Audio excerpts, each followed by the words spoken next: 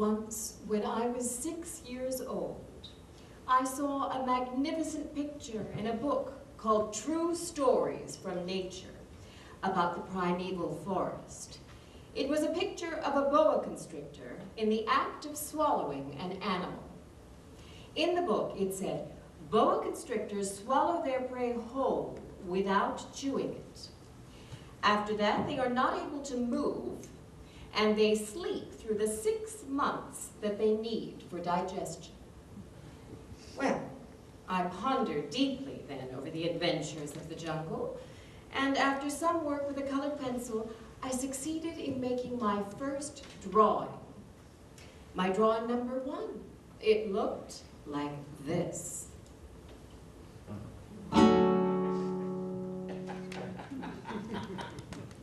I showed my masterpiece to the grown-ups, and I asked them whether my picture frightened them. But they answered, frightened? Why should anyone be frightened of a hat? Well, my drawing was not a picture of a hat. It was a picture of a boa constrictor digesting an elephant. But since the grown-ups were not able to understand it, I made another drawing. I drew the inside of a boa constrictor so that the grown-ups could see it clearly. They always need to have things explained.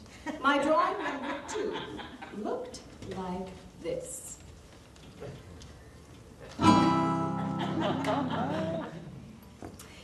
The grown-ups' response this time was to advise me to lay aside my drawings of boa constrictors, whether from the inside or the outside, and devote myself instead to geography, history, arithmetic, and grammar. That is why, at the age of 6, I gave up what might have been a magnificent career as a painter.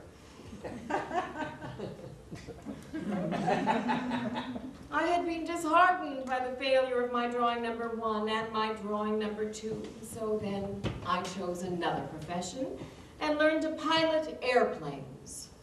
I have flown a little bit over all parts of the world. So I lived my life alone without anyone that I could really talk to until I had an accident with my plane in the desert of the Sahara 6 years ago. Something was broken in my engine.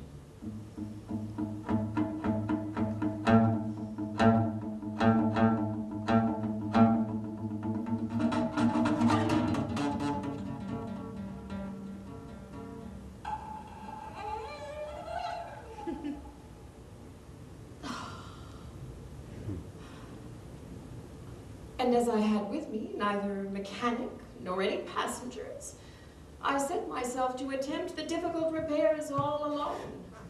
It was a matter of life or death.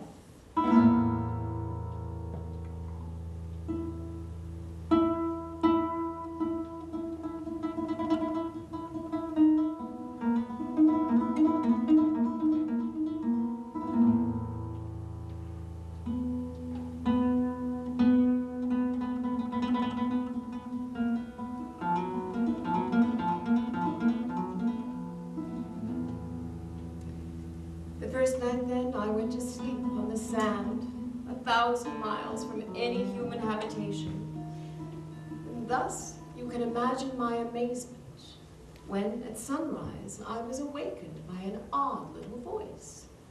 It said, "If you please, draw me a sheep." What? Draw me a sheep. Well, I jumped to my feet, completely thunderstruck. I blinked my eyes hard, I looked carefully all around me, and I saw a most extraordinarily small person who stood there examining me with great seriousness. Remember, I had crashed in the desert 1,000 miles from any inhabited region, and yet my little man seemed to be neither straying uncertainly among the sands, nor to be fainting from fatigue or hunger or thirst or fear. When I was at last able to speak, I said to him, "But what are you doing here?" And in answer, he repeated very slowly, as if he were speaking of a matter of great consequence, "If you please, draw me a sheep." I told the chap that I did not know how to draw. He answered me, "That doesn't matter. Draw me a sheep." I had never drawn a sheep, so I drew for him one of the 2 pictures I had drawn so often. It was that of the boa constrictor from the outside. And I was astounded to hear the little fellow greet it with, "Oh, no, no, no, I do not want an elephant inside a boa constrictor. A boa constrictor is a very dangerous creature, and an elephant is very cumbersome. Where I live, everything is very small. What I need is a sheep. Draw me a sheep." So I made a drawing. He looked at it very carefully, and then he said, "Oh no, this sheep is already very sickly. Make me another." So I drew another drawing. My friend smiled gently and indulgently. "You see yourself," he said, "that this is not a sheep. This is a ram. It has horns." So then I did my drawing over once more, but that was rejected too, like the others. "This one is too old. I want a sheep that will live a long time." By this time, my patience was exhausted because I was in a hurry to start taking my engine apart. So I tossed off this drawing, and I threw out an explanation with it. "This is only a box. The sheep you asked for is inside." I was very surprised to see a light break over the face of my young judge. "This is exactly the way I wanted it. Do you think that this sheep will have to have a great deal of grass?" "Why?" "Because where I live, everything is very small." He bent his head over the drawing.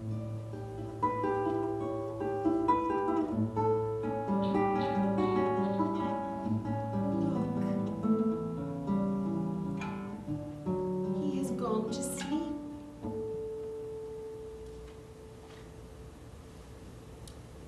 And that is how I made the acquaintance of the Little Prince.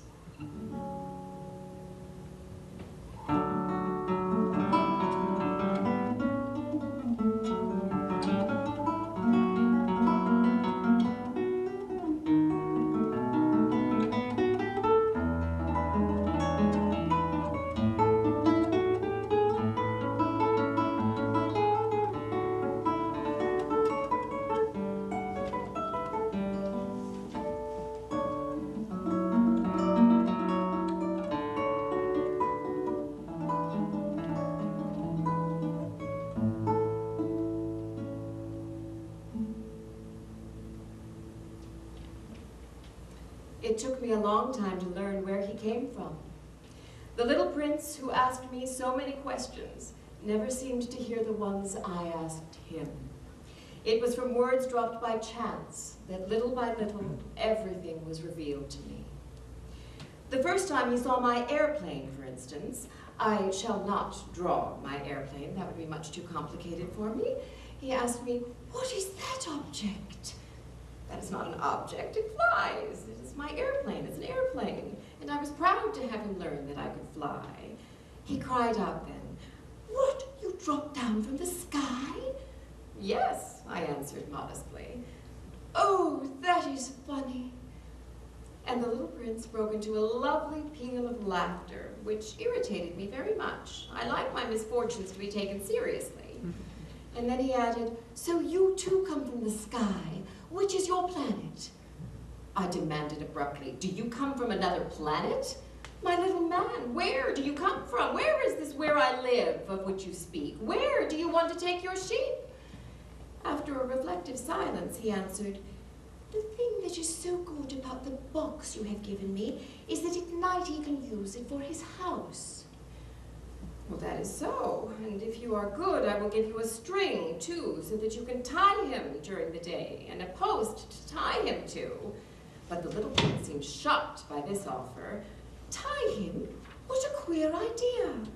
"But if you don't tie him," I said, "then he will wander off somewhere and get lost."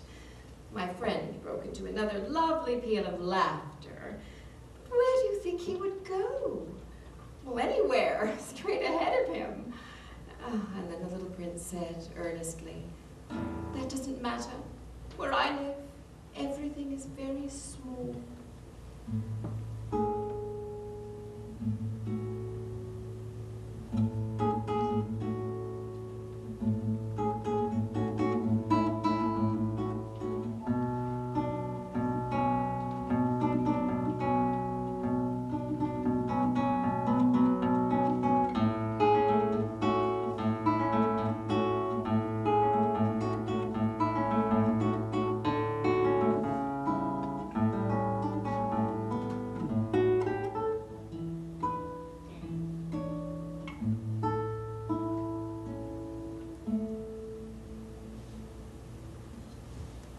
I had thus learned a second fact of great importance. This was that the planet the little prince came from was scarcely any larger than a house. Oh, little prince, bit by bit I came to understand the secrets of your sad little life. For a long time you had found your only entertainment in the quiet pleasure of looking at a sunset. I learned that new detail on the morning of the 4th day, when you said to me, "I am very fond of sunsets. Come, let us look at a sunset now." "Well, but we must wait," I said. "Wait? For what?" "For the sunset. We must wait until it is time." At first you seemed to be very much surprised, and then you laughed to yourself. You said to me, "I'm always thinking that I'm at home." Just so.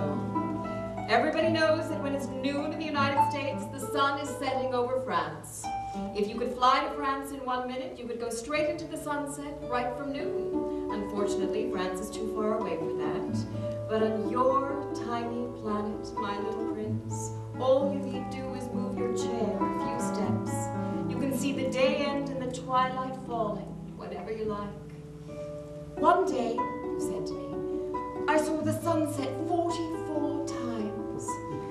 And a little later you added, "You know, one loves the sunset when one is so sad." "Were you so sad then?" I asked, "on the day of the 44 sunsets?" But the little prince made no reply.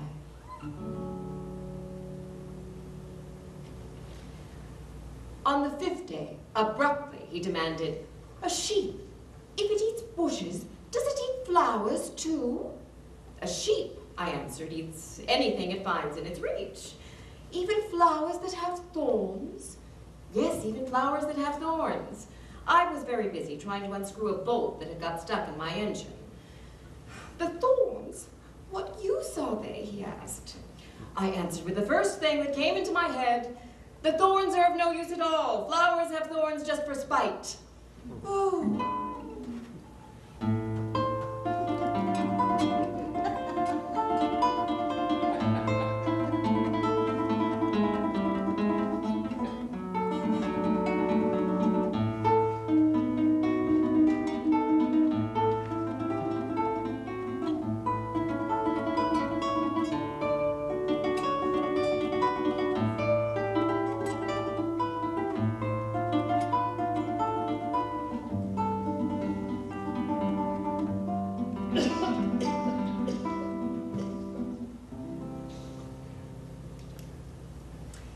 I soon learned to know this flower better. On the little prince's planet, the flowers were always very simple. They were a trouble to nobody. One morning they would appear in the grass, and by night they would have faded peacefully away. But one day, from a seed blown from no one knew where, a new flower had come up. And the little prince had watched very closely over this small sprout, which was not like any other small sprout. Its juice stopped growing very soon and began to get ready to produce a flower. The little prince felt all at once that some sort of miraculous apparition must emerge from it. But the flower was not satisfied to complete the preparations for her beauty in the shelter of her green chamber. She chose her colors with the greatest care. Oh! She chose her petals with the greatest care. One by one, she adjusted them. She did not wish to go out into the world all rumpled like the field poppies. It was only in the full radiance of her beauty that she wished to appear. Oh, yes, she was a coquettish creature. And then one morning, exactly at sunrise, she showed herself in her full beauty. And after working with all this painstaking precision, she yawned and said, I am scarcely awake. I beg that you will excuse me, my flowers and my petals are all still disarranged. But the little prince could not restrain his admiration. Oh, how beautiful beautiful you are. Am I not? The flower responded sweetly. And I was born at the same moment as the sun. The little prince could guess easily enough that she was not any too modest. But how moving, how exciting she was. I think it is time for breakfast, she added a moment later, if you would have the kindness to think of my needs. And the little prince, completely abashed, went to look for a sprinkling can of fresh water. And so he tended the flower.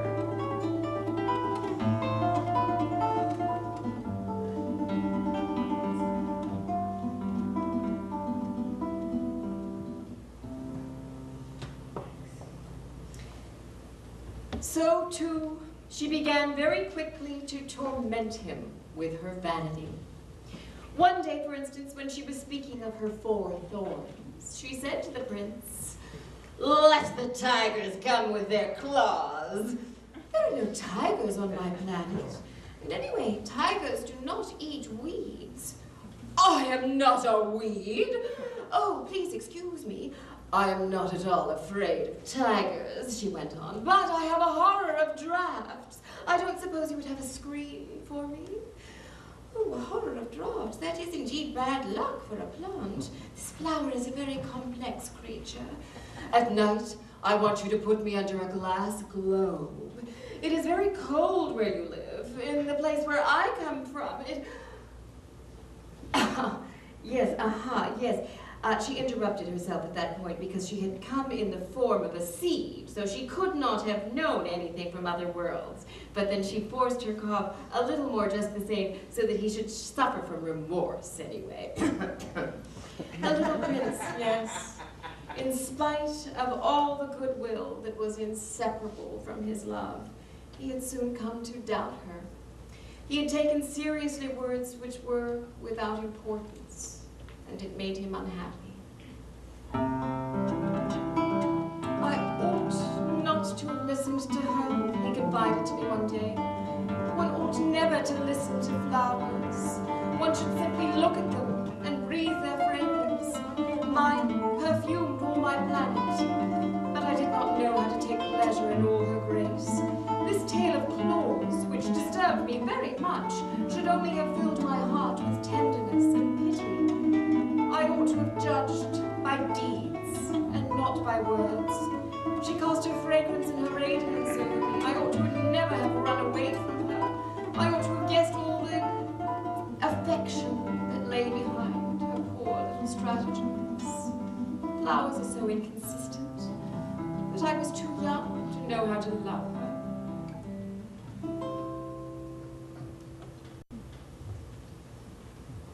On the 6th day, he told me that his planet was in the neighborhood of the asteroids.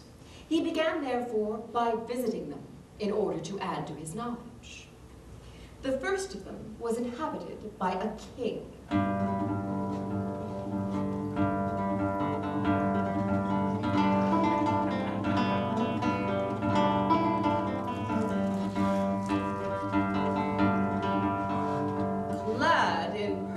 Royal ermine, he was seated upon a throne which was at the same time both simple and majestic.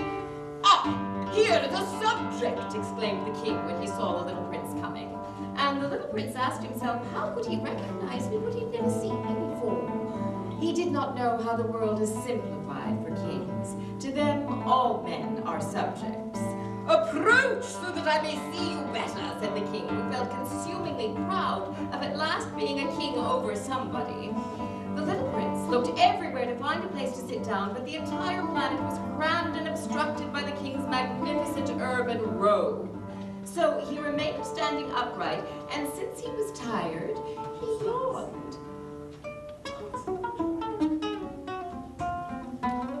"It is contrary to etiquette to yawn in the presence of a king," the monarch said to him. "I forbid you to do so." "I can't help it, I can't stop myself," replied the little prince, thoroughly embarrassed. "I've come on a long journey and I've had no sleep." Yes. "Well," replied the king, "then I order you to yawn." But the little prince was wondering. "Sire," he said to him, "I beg that you will excuse my asking you a question. Ah, well, yes, sir. I order you to ask me a question. The king hastened to assure him. Sire, over what do you rule? Over everything, said the king with magnificent simplicity. Over everything? The king made a gesture which took in his planet, the other planets, and all the stars. Over all that? Asked the little prince. Over all that.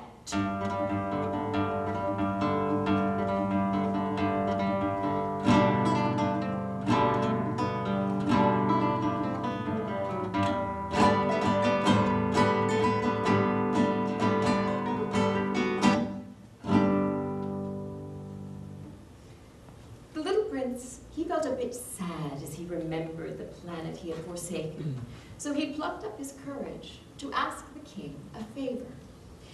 I should like to see a sunset. Do me that kindness. Order the sun to set. Oh, if I ordered a general to fly from one flower to another like a butterfly, or to write a tragic drama, or to change himself into a seabird, and if the general did not carry out the order that he'd received, which one of us would be in the wrong, the king demanded, the general or myself? You, said the little prince firmly.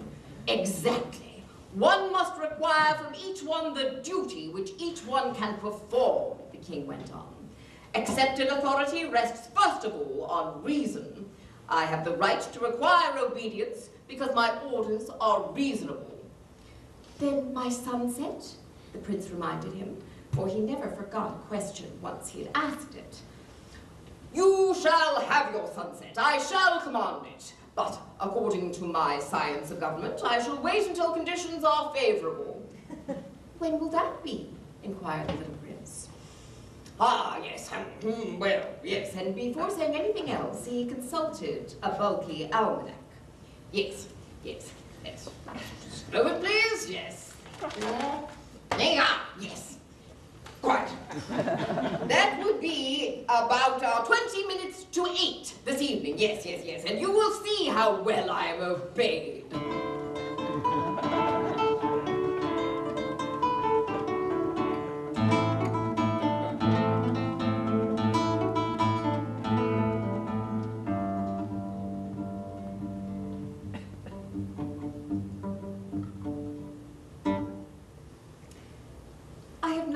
To do here, the little prince said to the king. So I shall set out on my way again. Do not go, said the king, who was very proud of having a subject. Do not go. I will make you a minister. Minister of what? Minister of justice. But there is nobody here to judge. Ah, then you shall judge yourself, the king answered. That is the most difficult thing of all. It is much more difficult to judge oneself than to judge others. If you succeed in judging yourself rightly, then you are indeed a man of true wisdom.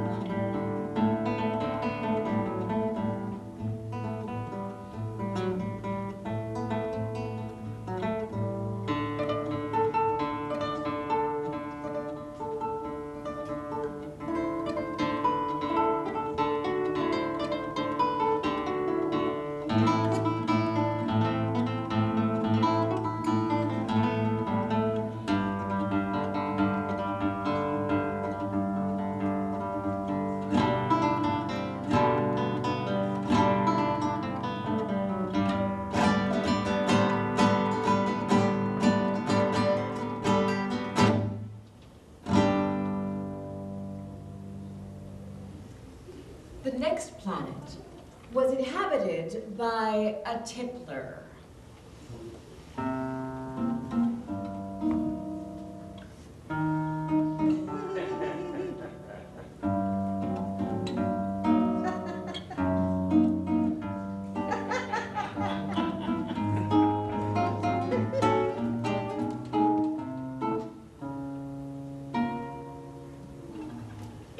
very short visit.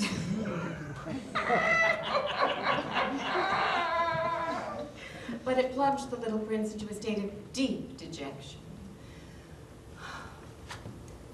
"What are you doing here?" he asked when he came across the tippler, who was surrounded by an array of empty bottles and an array of full bottles.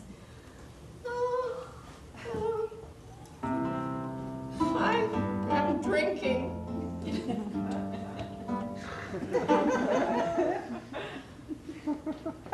Why are you drinking? So that I may forget. Forget what? Forget that I am ashamed. Ashamed of what? Ashamed of drinking. Oh my, the grown-ups on this planet are certainly very peculiar.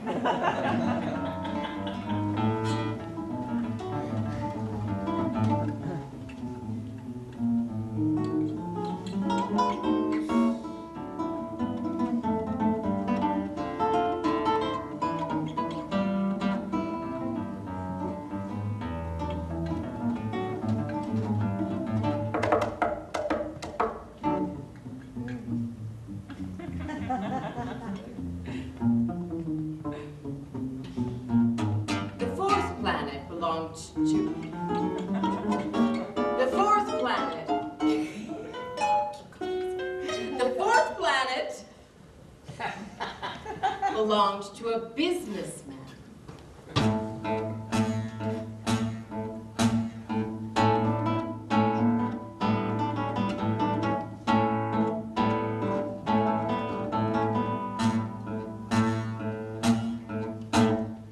This man was so much occupied that he did not even raise his head at the little prince's arrival. "Good morning," the little prince said to him. 3 and 2 make 5, 5 and 7 make 12, 12 and 3 make 15. Oh, good morning. 5 and 7 make 22, 22 and 6 make 28. I haven't time to light it again. 26 and 5 make 31. Oh, that makes 501,622,731. 500 million what? Asked the little prince. Are you still here? 501 million. I can't stop. I have so much to do. I'm concerned with matters of consequence. I don't amuse myself with balderdash. 2 and 5 make 7. 1 million what? Oh, God! During the 54 years that I have inhabited this planet, I have been disturbed only 3 times. The first time was 22 years ago when some guinea goose fell from goodness knows where and made the most frightful noise that resounded all over the place, and I made 4 mistakes in my addition. The second time, 11 years ago, I was disturbed by an attack of rheumatism. I don't get enough exercise. I have no time for loafing.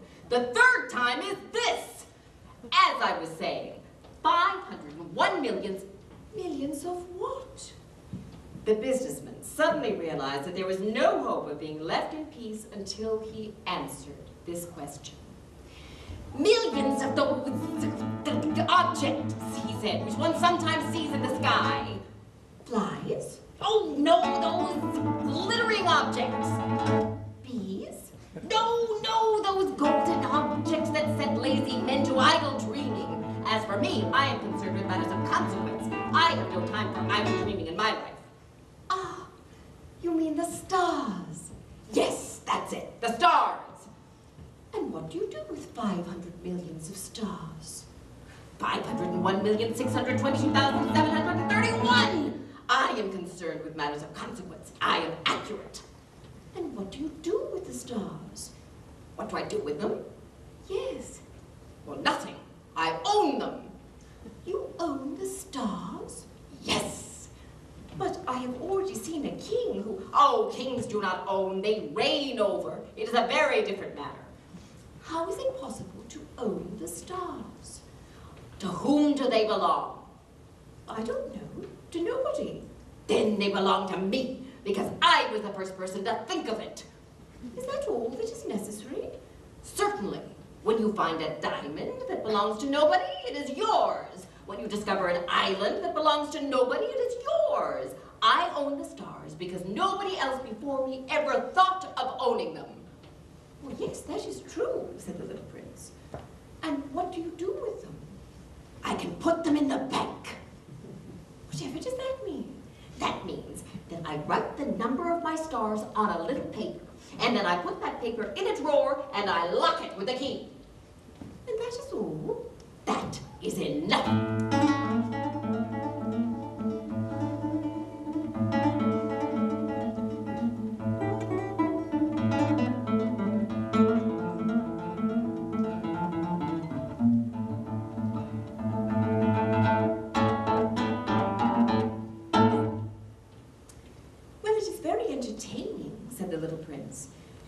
Poetic, but it is of no great consequence.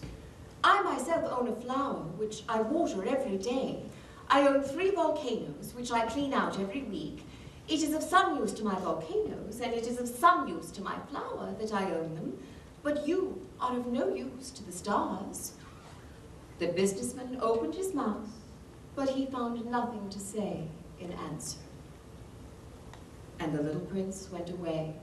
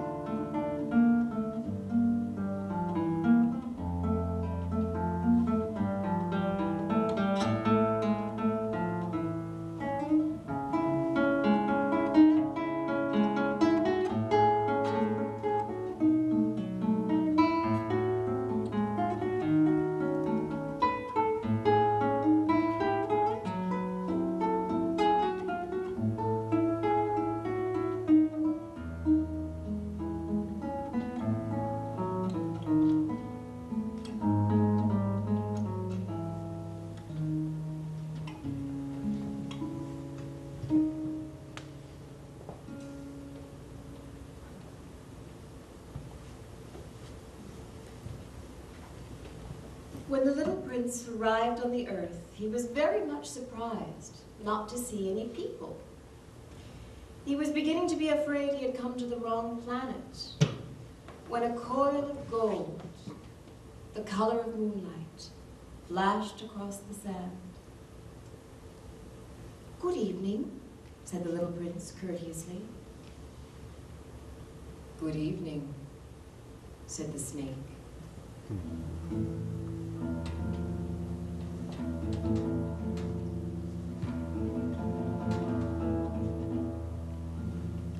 "What planet is this on which I have come down?" asked the little prince. "This is the earth. This is Africa."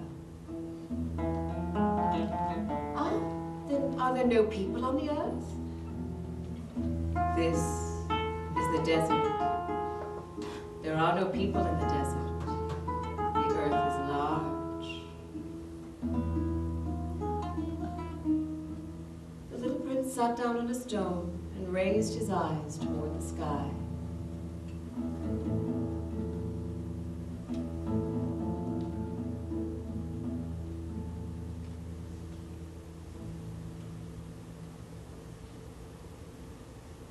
"I wonder," he said, "whether the stars are set alight in heaven, so that one day each one of us may find his own again.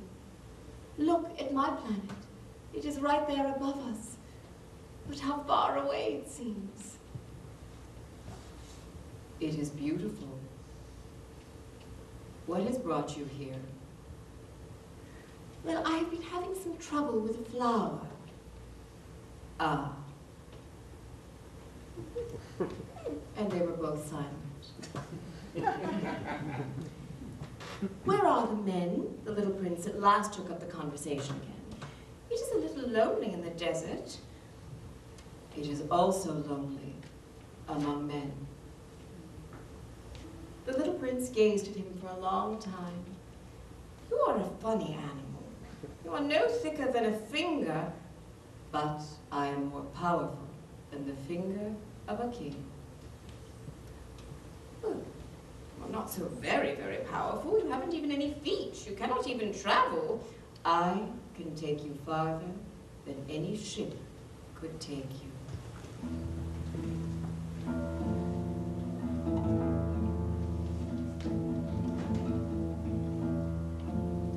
He twined himself around the little prince's ankle like a golden bracelet.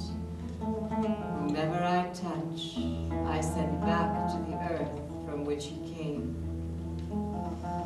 But you are innocent and true. You came from a star. The little prince made no reply.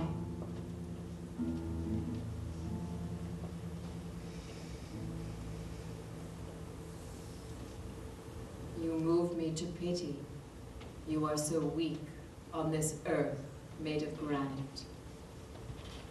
But I can help you. If one day you should grow too homesick for your little planet, I can... Oh, I understand you very well. But why must you always speak in riddles? I solve them all.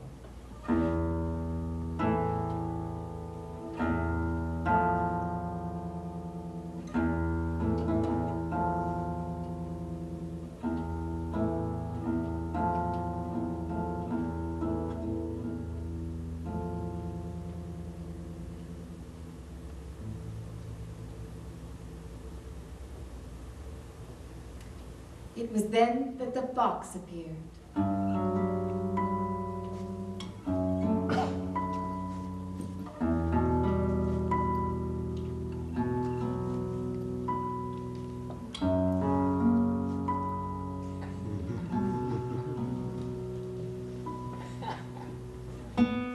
Good morning, said the fox. Oh, good morning, the little prince responded politely, although when he turned around, he saw nothing. I am right here, said the fox, under the apple tree. Who are you? Asked the little prince and added, you are very pretty to look at. I am a fox, said the fox. Come and play with me, proposed the little prince. I am so unhappy. Why can't I play with you, said the fox. I'm not tamed. Oh, please excuse me, said the little prince. But after some thought, he added, what does that mean, tame? Ah, you do not live here, said the fox.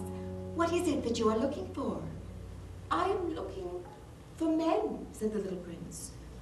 What does that mean, tame? Men, said the fox. They have guns and they hunt. It is very disturbing. They also raise chickens. These are their only interests. Are you looking for chickens? No, said the little prince. I'm looking for friends. What does that mean, tame? Ah, it is an act too often neglected, said the fox. It means to establish ties. To establish ties? Just that, said the fox.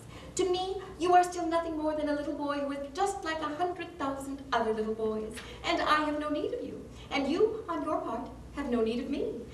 But if you tame me, then we shall have need of each other. To me, you will be unique in all the world. And to you, I shall be unique in all the world. Oh, I am beginning to understand, said the little prince. There is a flower. I think that she has tamed me. It is possible, said the fox. On the earth, one sees all sorts of things. Oh, but this is not on the earth, said the little prince. The fox seemed very perplexed and very curious. On another planet? Yes. Are there hunters on this planet? No. Ah, that is interesting. Are there chickens? No. Oh, nothing is perfect, said the fox. But he came back to his idea. My life is very monotonous, he said. I hunt chickens. Men hunt me. All the chickens are just alike, and all the men are just alike, and in consequence, I am a little bored. But if you tame me, it will be as if the sun came to shine on my life. I shall know the sound of a step that will be different from all the others. Other steps send me hurrying back under the ground, but yours will call call me like music out of my burrow. And then look, do you see the grain fields down yonder? I do not eat bread. Wheat is of no use to me. The wheat fields have nothing to say to me, and that is sad. But your hair is the color of gold. Think how wonderful that will be when you have tamed me. The grain, which is also golden, will bring me back the thought of you, and I shall love to listen to the wind in the wheat. The fox gazed at the little prince for a long time. Please, tame me, he said. Well, I want to very much, the little prince replied, but I have not much time. I have friends to discover and a great many things to understand. One only understands the things that one tames, said the fox. Men have no more time to understand anything. They buy things already made in the shops. But there is no shop anywhere where one can buy friendship. And so men have no friends anymore. If you want a friend, tame me.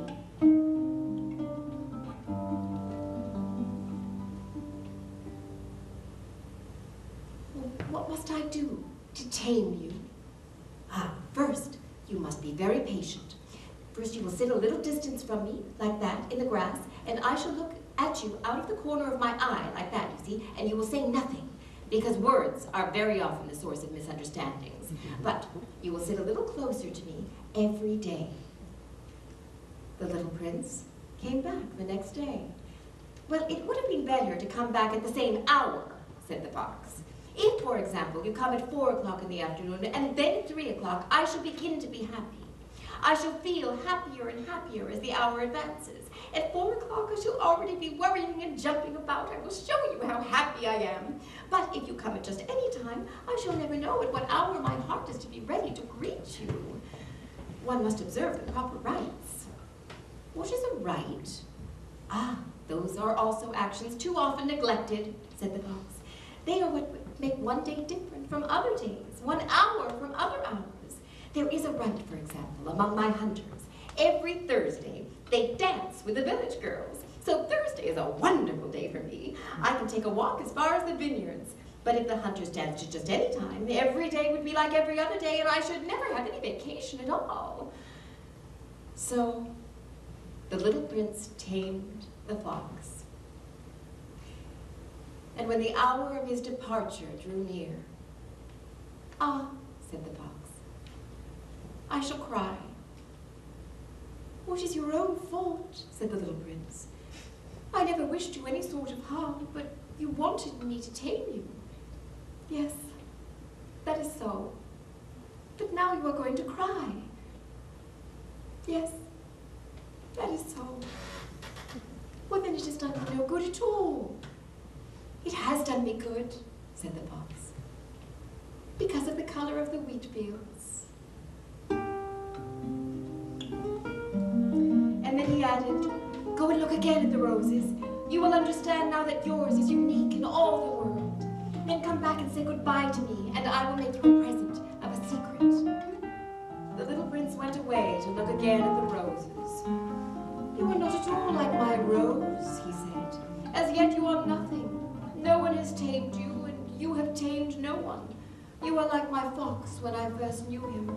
He was only a fox like 100,000 other foxes. But I have made him my friend, and now he is unique in all the world. And the roses were very much embarrassed. Oh, you are beautiful, but you are empty, he went on. One could not die for you. To be sure, an ordinary passerby would think that my rose looked just like you. But in herself alone, she is more important than all the hundreds of you, because it is she that I have watered, because it is she that I have put under the glass globe, because it is she that I have listened to when she grumbled, because she is my rose.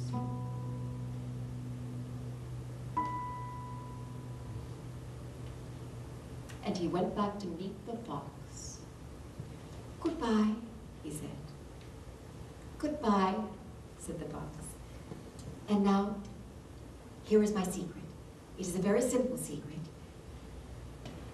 It is only with the heart that one can see rightly.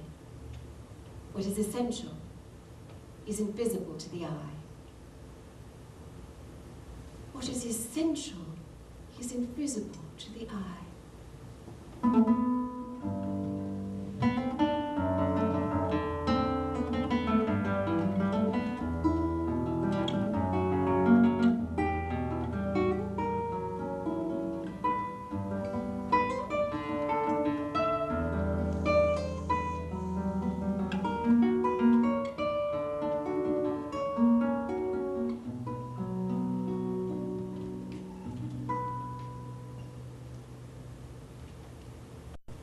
Finally, I succeeded in fixing the motor of my plane. When I came back from my work the next evening, I saw from some distance away the little prince talking. I continued my walk, and at no time did I see or hear anyone else. The little prince, however, replied once again, "Exactly. You will see where my track begins in the sand. You have nothing to do but wait for me here. I shall be here tonight."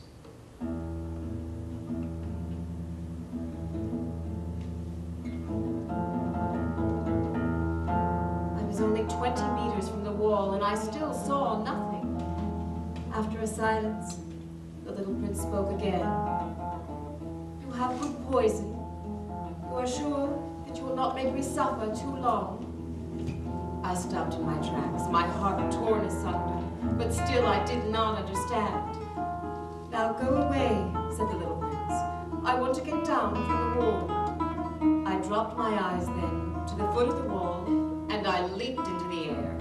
There before me, facing the little prince, was one of those yellow snakes that take just 30 seconds to bring your life to an end. Even as I was digging in my pocket to get out my revolver, I made a running step back, but the noise I made, the snake heard it and let himself flow easily across the stand like the dying spray of a fountain, and in no apparent hurry he disappeared with a light metallic sound among the stones.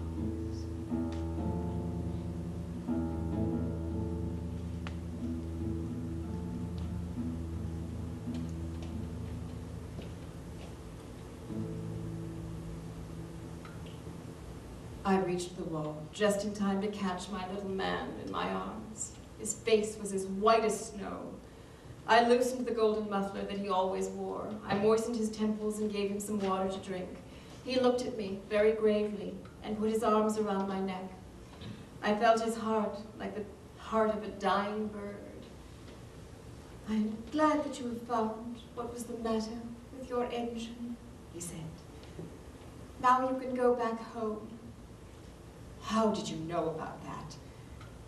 He made no answer to my question, but he added, "I too am going home today. It is much farther. It is much more difficult." I realized clearly that something extraordinary was happening. I was holding him close in my arms as if he were a little child, and yet it seemed to me that he was rushing headlong toward an abyss from which I could do nothing to restrain him. "Dear little man," I said, "you are afraid." He was afraid. There was no doubt about that. But he laughed lightly. "I shall be much more afraid this evening."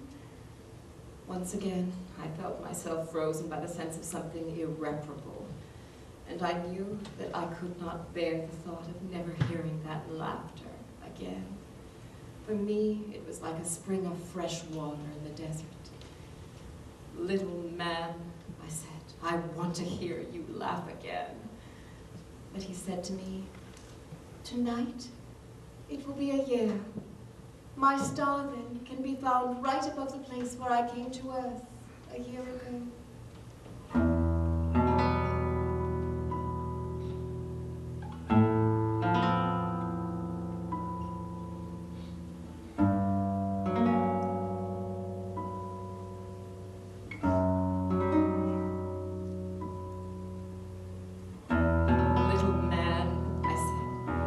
It is only a bad dream, the affair of the snake and the meeting place and the star. But he did not answer my plea. He said to me instead, "The thing that is important is the thing that is not seen. At night, you will look up at the stars. Where I live, everything is so small that I cannot show you where my star is to be found. It is better like that. My star will be just one of the stars for you. And so you will love to watch all the stars in the heavens. They will all be your friends. Besides, I'm going to make you a present. He laughed again. Ah, little prince, dear little prince, I love to hear that laughter. That is my present. What are you trying to say? All the men have the stars, he answered. But they are not the same for different people. For some who are travelers, the stars are guides. For others, they are no more than lights in the sky. For others who are scholars, they are problems. For my businessmen, they were wealth. But all these stars are silent. You alone will have the stars, as no one else has them. What are you trying to say? In one of the stars, I shall be living. In one of them, I shall be laughing. And so it will be as if all the stars are laughing when you look at the sky at night. You, only you, will have stars that can laugh. And he laughed again.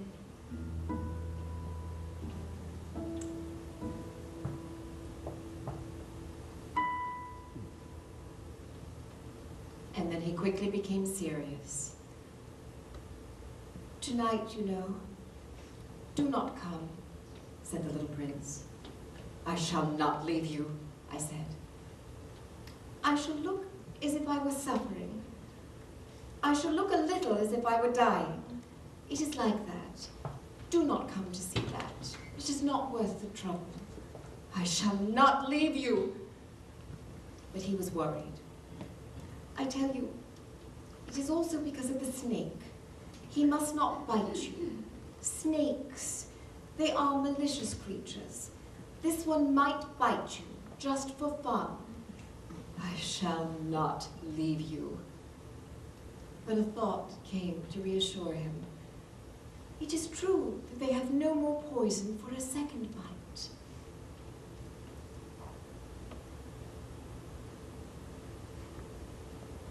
And that night, I did not see him before he left. He got away from me without making a sound.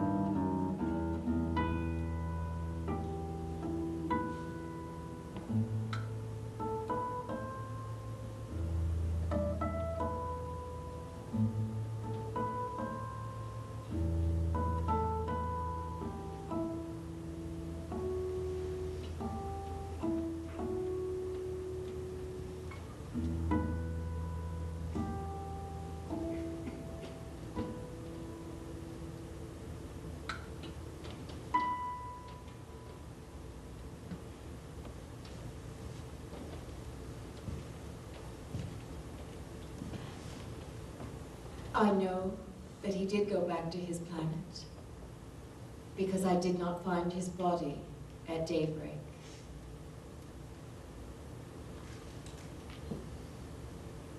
In case you should travel someday to the African desert, if you should come upon this spot, please do not hurry on. Wait for a time, exactly under the star. And then, if a little man appears, who laughs, who has golden hair, and who refuses to answer questions, you will know who he is. If this should happen, please comfort me. Send me word that he has come back.